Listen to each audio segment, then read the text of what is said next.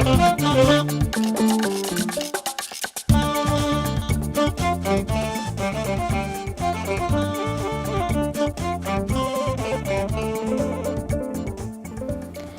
ይስጥልን እንደምንቆያችሁ ክቡራን ተመልካቾች ከአማራ ሚዲያ ኮርፖሬሽን አዲስ አበባ ስቱዲዮ የሰዓቱን ዜናዎች ይዘን ቀርበናል። ከመላይ ስቱዲዮና የስርጭት ባለሙያዎች ጋር በጋራ በመሆን ዮሐና መኮንን ዜናዎቹን አደርሳችኋለሁ። አብራችሁን ቆዩ። በምርጫ ሂደት በህዝብ ይሁንታ ወደ ስልጣን የሚመጣ መንግስት ማህበረሰቡን በእኩል የማገልገል ኃላፊነት እንዳለበት በደብረ ብርሃን ከተማ የሚገኙ አስተያየት ሰጪዎች ገለጹ። ይህም ዜጎች በዲሞክራሲያዊ ስርዓቱና በቀጣይ ሀገራዊ ምርጫዎች ላይ ያላቸውን እምነት ይበልጥ ለማጠናከር ዋነኛ መሰረት መሆኑን ጠቅሰዋል። ለዓለም ዳይኩን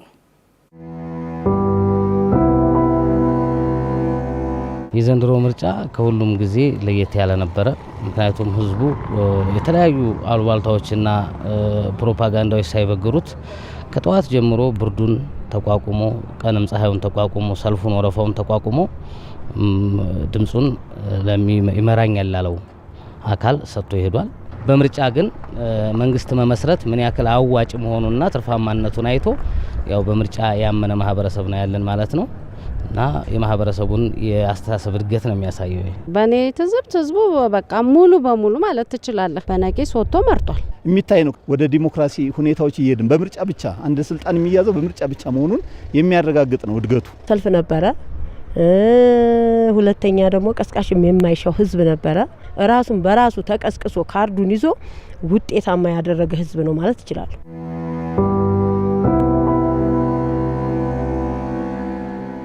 ያልመረጠው አካል ጥሩ ማስተካከል ያለበትን ነገሮች ዞር ብሎ እንዲመለከተ አድርጎታል እንጂ ሌላ ክፋት የለውም። ስለዚህ ለመረጠውም ሆነ ላልመረጠው መንግስት እኩልና ተገቢውን እንደ መንግስት ሊወጣ የሚገባውን ነገር ሁሉ ሊወጣ እንደሚገባ ነው ማለት ነው። አንድ ሰው በቃ ያ ህዝብ ለምን አልመረጠኝም?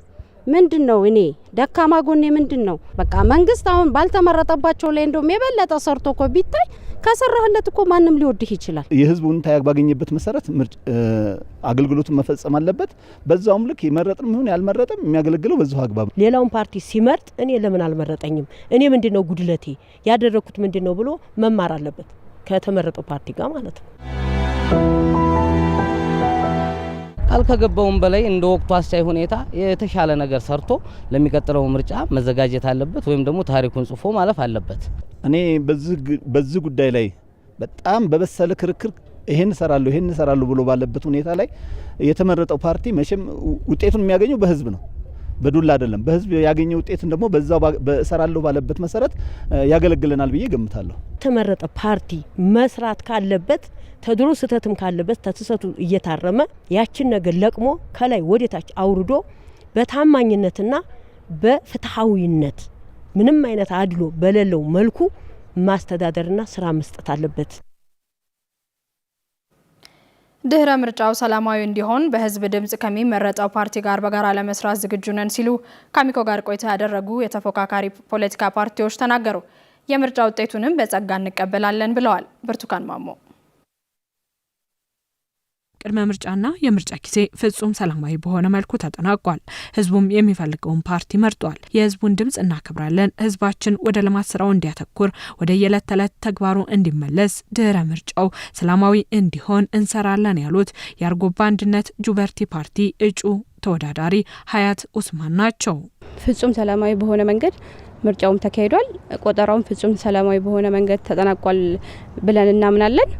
እንደኛ ፓርቲ ምንም ውጤቱ ተቀብለን ከሚመረጠው ፓርቲ ጋር በጋራ በአንድነት ተባብረን ለመስራት ዝግጁ ነን እንደ ፓርቲ ማለት ነው። ምርጫው በተካሄደባቸው አካባቢዎች ጊዜያዊ የምርጫ ውጤት ተለጥፏል። ይህንን ጊዜያዊ ውጤቱን ጨምሮ ምርጫ ቦርድ የሚያሳውቀንን ውጤት በጸጋ ለመቀበል ከሚመረጠው ፓርቲ ጋር በጋራ ለመስራት ዝግጁ ነን ያሉት የአማራ ብሔራዊ ንቅናቄ ወይም አብን ፓርቲ እጩ ተወዳዳሪ ረዳት ፕሮፌሰር ዳምጠው ተሰማ ናቸው። የቅድመ ምርጫ ሂደቶችንና የምርጫ ዕለትን በተሳካ ሁኔታ አጠናቀናል በሚባል ደረጃ ላይ ነው ያለፍነው። እሱንም ጥሩ ሁኔታዎች ታዩበት ነው። የህዝብ ተሳትፎም ጭምር የሰላም ሁኔታውም በአንጻራዊነት ጥሩ ነበር ብሎ መውሰድ የሚቻል ነው። መነሻ የሚሆን መደላደል ይፈጥራል ብዬ ነው የማምነው። ወደፊትም ከእንግዲህ በኋላ የሀገሪቱ ሰላምና የሀገሪቱ የጸጥታ ሁኔታ ነው ዋናው ጉዳይ። የህዝባችን ድምጽ መከበር ስላለበት አሁን የተለቀውንም ወደፊት የሚመጣውንም የህዝብ ድምጽ ተቀብለን ለሀገሪቱ መረጋጋትና ሰላም የበኩላችን አስተዋጽኦ የምናደርግ ነው የሚሆነው። የብልጽግና ፓርቲ እጩ ተወዳዳሪ ወይዘሮ ይርጋለም ምስጋናው የምርጫ ቦርድ አጠቃላይ ውጤቱን በይፋ የሚገለጸውን ጨምሮ በየጣቢያዎቹ የተለጠፈውን ውጤት ተቀብለናል፣ ህብረተሰቡ አምኖ ብርድና ፀሐይ ሳይል የኔ ድምጽ ዋጋ አለው ብሎ በነቂስ ወጥቶ ስለመረጠ ሊመሰገን ይገባዋል ብለዋል። ማህበረሰባችን በተገቢው መንገድ ወጥቶ ምርጫ አካሂዷል። ምርጫው ደግሞ በሰላማዊና በዲሞክራሲያዊ በፍትሃዊ ሁኔታ ተጠናቋል። እሱን የህብረተሰቡን ድምጽ እናከብራለን። እኛ የትኛውም ይሁን ውጤቱ ምርጫ ቦርድ የሚሰጠውን በጸጋ ተቀብለን ማህበረሰባችን የሰጠው ውጤት ስለሆነ በጣም በጥንቃቄ እና አመስግነን ማህበረሰቡን ነው የምንቀበለው ውጤቱንና ከውጤቱን በኋላ ቢሆን ማህበረሰባችን በተገቢው መንገድ ባለው ሁኔታ በሰላም ተረጋግቶ እንዲኖር እንደ ሰውም እንደ ግለሰብም እንደ ፓርቲም መስራት አለብን ብዬ አስባለሁ። ቅድመ ምርጫና የምርጫ ዕለት በሰላማዊ ሁኔታ እንደተጠናቀቀ ሁሉ ድህረ ምርጫው የተረጋጋ እንዲሆን ህዝቡም ወደ ቀደመ ተግባሩ እንዲመለስ እንደሚሰሩም ተናግረዋል። ሰባተኛው ጠቅላላ ምርጫ ህዝቡ ድምጹን በአግባቡ በመስጠት የኢትዮጵያ ዲሞክራሲያዊ ልምምድ እያደገ መምጣቱን ያሳየበት ነው ሲሉ ከአሚኮ ጋር ቆይታ ያደረጉ የፖለቲካ ፓርቲዎች ገለጹ። ፓርቲዎች የምርጫ ውጤቱ ይፋ ከተደረገ በኋላም ሀገርን ለማሻገር በጋራ መስራት ያስፈልጋል ብለዋል። አንዷለም መናን አነጋግሯቸዋል። ሰባተኛው ጠቅላላ ምርጫ በርካታ ህዝብ ወጥቶ የመረጠበት መሆኑን የብሔራዊ ምርጫ ቦርድ መረጃዎች ያመላክታሉ።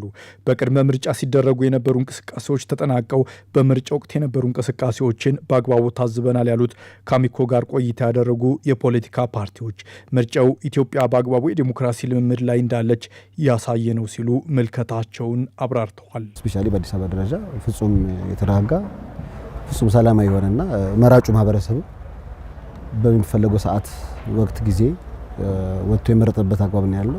የህዝቡ ወደ ዲሞክራሲን ኤክሰርሳይዝ ከማድረግ አልፎ ተግባራዊ ያደረገበት ያለበት ሁኔታ ነው ያለው።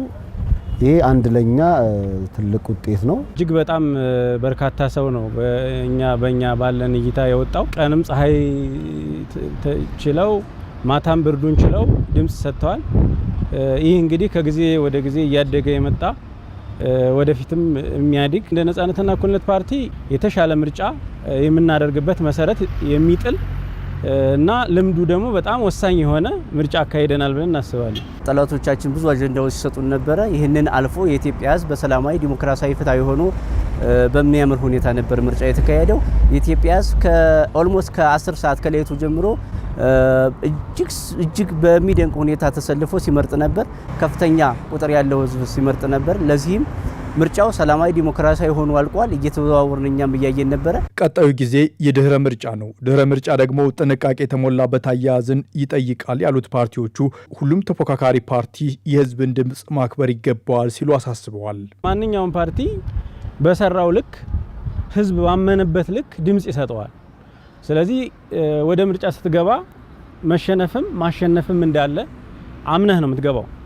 እኛ ደግሞ እንደ ነጻነትና እኩልነት ፓርቲ አንዱ መርሃችን በጋራ ማሸነፍ ወይም አብሮ ማሸነፍ አንድ ትልቁ መርሃችን ነው። ሀገር የጋራ ስለሆነች ሁሉም ሰው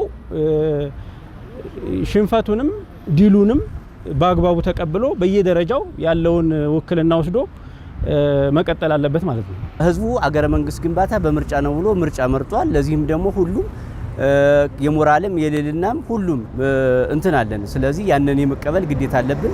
ማንም ያሸንፍ ማንም ውጤቱን በሰላማዊ በጸጋ መቀበል ያስፈልጋል። ለዚህም ማብን ትልቅ ዝግጅት አድርጓል። ሁለት መሰረታዊ ነገሮች ናቸው በተለይ ለፖለቲካ ፓርቲዎች የሚያስፈልጉት።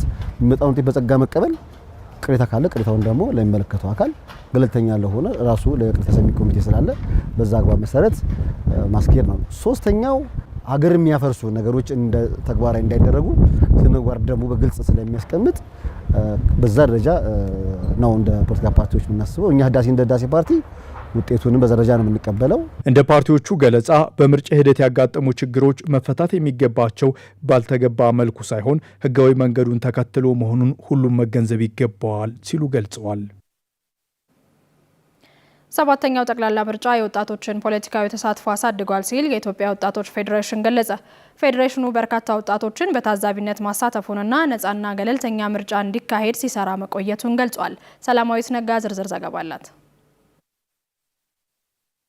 7ኛውን ጠቅላላ ምርጫ አስመልክቶ የኢትዮጵያ ወጣቶች ፌዴሬሽን መግለጫ ሰጥቷል። መግለጫውን የሰጡት የኢትዮጵያ ወጣቶች ፌዴሬሽን ፕሬዝዳንት ተወካይ አሌክሳንደር ንጉሴ የኢትዮጵያ ወጣቶች ፌዴሬሽን ምርጫውን በታዛቢነት አከናውኗል። በምርጫ ሂደቱ የታዩ ችግሮችን ለመፍታት የተወሰዱ እርምጃዎች የኢትዮጵያ ምርጫ ቦርድን የሚያስመሰግን መሆኑን ተናግረዋል። ከሌሎች የሲቪል ማህበረሰብ ድርጅቶች ታዛቢዎችና ከምርጫ አስፈጻሚዎች ጋር በቅንጅት በመስራት የምርጫ ህጎችና ስርዓቶች እንዲከበሩ ኃላፊነታችንን በብቃት ተወጥተናል። በብሔራዊ ምርጫ ቦርድ በኩል በቂ የሆነ የምርጫ ግብዓት አቅርቦት መደረጉን፣ የምርጫ አስፈጻሚዎችና ባለሙያዎች ዝግጅት በአጠቃላይ ጥሩ ደረጃ ላይ መሆኑን፣ የምርጫ ጣቢያዎችና የሎጂስቲክ አቅርቦቶች በአብዛኛው የተሟሉ መሆናቸውን፣ ዜጎች ነፃነታቸው ተጠብቆ ድምፃቸውን እንዲሰጡ የተፈጠረው ምቹ ሁኔታ፣ በምርጫው ሂደት የተነሱ ጉዳዮችን በፍጥነት ለመፍታት በምርጫ ቦርድና በሌሎች አካላት የተደረገውን ተከታታይ ጥረት፣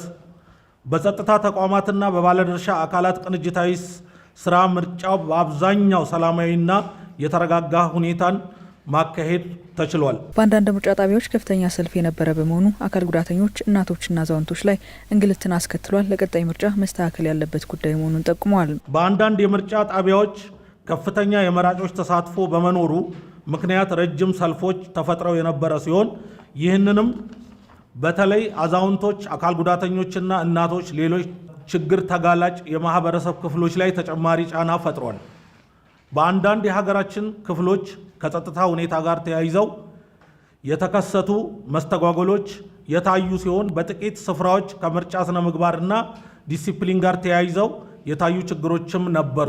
እንዲሁም አልፎ አልፎ የሎጂስቲክና የግብዓት አቅርቦት እጥረቶች የታዩ ቢሆንም የኢትዮጵያ ብሔራዊ ምርጫ ቦርድ ከታዛቢዎችና ከሌሎች ባለድርሻ አካላት የቀረቡ ጥያቄዎችን በፍጥነት በመቀበልና የማስተካከያ እርምጃዎችን በመውሰድ ችግሮቹ እንዳይባባሱ ያደረገው ጥረት የሚደነቅ ነው። የሀገር ውስጥና የውጭ ታዛቢዎች የነበራቸው ክትትል የምርጫውን ታማኒነት ያጎላልን ብለዋል። የኢትዮጵያ ወጣቶች ፌዴሬሽን 32500 ወጣቶችን በታዛቢነት በማሳተፍ ነጻ፣ ገለልተኛና ሙያዊ ስነ ምግባርን በተላበሰ መልኩ ኃላፊነታቸውን መውጣታቸውን ገልጸዋል። የምርጫ ውጤት በሚገለጽበት ወቅት ሁሉም የፖለቲካ ፓርቲዎች በተረጋጋና ሕጋዊነትን በተከተለ መልኩ ውጤቱን መቀበል እንደሚገባቸው ኢትዮጵያ አፍሪካን ወደ ነጻ ዲሞክራሲያዊት አህጉር የምትመራ ሀገር እንድትሆን ይጠበቃል ሲል የአፍሪካ ህብረት ታዛቢ ቡድን ገለጸ። 7ኛው ጠቅላላ ምርጫ በኢትዮጵያ የዲሞክራሲና የምርጫ እድገት ሂደት ውስጥ ትልቅ ምዕራፍን የሚወክል ነው ያለው ደግሞ የኢጋድ ታዛቢ ቡድን ነው። 7ኛውን ጠቅላላ ምርጫ አስመልክቶ የአፍሪካ ህብረትና የምስራቅ አፍሪካ የልማት በይነ መንግስታት ድርጅት ኢጋድ የምርጫ ታዛቢ ቡድን በጋራ መግለጫ ሰጥተዋል። ቴዎድሮስ ኃይለየሱስ መግለጫውን ተከታትለው ተከታዩን ዘገባ አዘጋጅቷል። 7ኛው ጠቅላላ ምርጫ በኢትዮጵያ የዲሞክራሲና የምርጫ እድገት ሂደት ውስጥ ትልቅ ምዕራፍ የሚወክል መሆኑ ተገልጿል። ምርጫው በሰፊው በርካታ አዳዲስ አሰራሮች የታዩበት ምርጫ መሆኑንም ከአፍሪካ ህብረትና ከኢጋድ ታዛቢዎች ተሰምቷል። ይህ 7ኛ ጠቅላላ ምርጫ በኢትዮጵያ የዲሞክራሲና የምርጫ እድገት ሂደት ውስጥ ትልቅ ምዕራፍን የሚወክል ነው። በሰፊው በርካታ አዳዲስ አሰራሮች የታዩበት ምርጫም ተብሎ ይገለጻል። ለዚህ ምክንያቱ መጠነ ሰፊ የሆነ ተቋማዊ፣ አስተዳደራዊና የቴክኖሎጂ ማሻሻያዎች ወይም ሪፎርሞች ስራ ላይ በመዋላቸው ነው።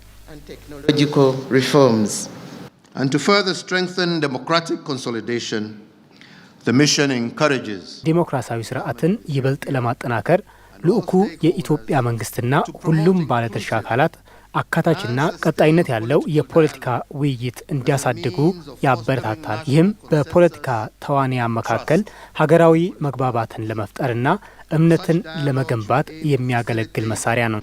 Political inclusion and the participation of all communities in the democratic governance of the country.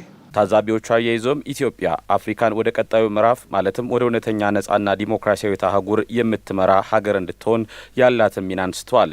ታዛቢዎች የምርጫ ሂደቱን በማስመልከትም ለኢትዮጵያ መንግስትና ለኢትዮጵያ ሕዝብ ምስጋና አቅርበዋል።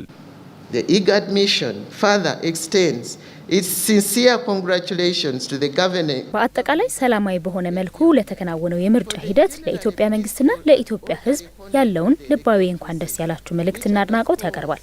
ይህ አፈጻጸም ለሀገሪቱ መረጋጋት፣ ለህገ መንግስታዊና ለዲሞክራሲያዊ እድገት ያለውን የጋራ ሀገራዊ ቁርጠኝነት ይበልጥ ያጎላ ነው። ኢጋድ በኢትዮጵያ ዲሞክራሲን፣ መልካም አስተዳደርን፣ ተአማኒነት ያለው ምርጫዎችን እንዲሁም ለሰብአዊ መብቶች መከበርን ለማስፈን በሚደረገው ጥረት ውስጥ ለኢትዮጵያ መንግስትና ለኢትዮጵያ ሕዝብ የሚያደርገውን ድጋፍ በድጋሚ ያረጋግጣል። ኢጋድ በዚህ እጅግ ወሳኝ በሆነ ሀገራዊ ተግባር ውስጥ ከአባል ሀገር ጎንም በጽኑ ይቆማል። Undertaking Ethiopia to become that nation that leads Africa.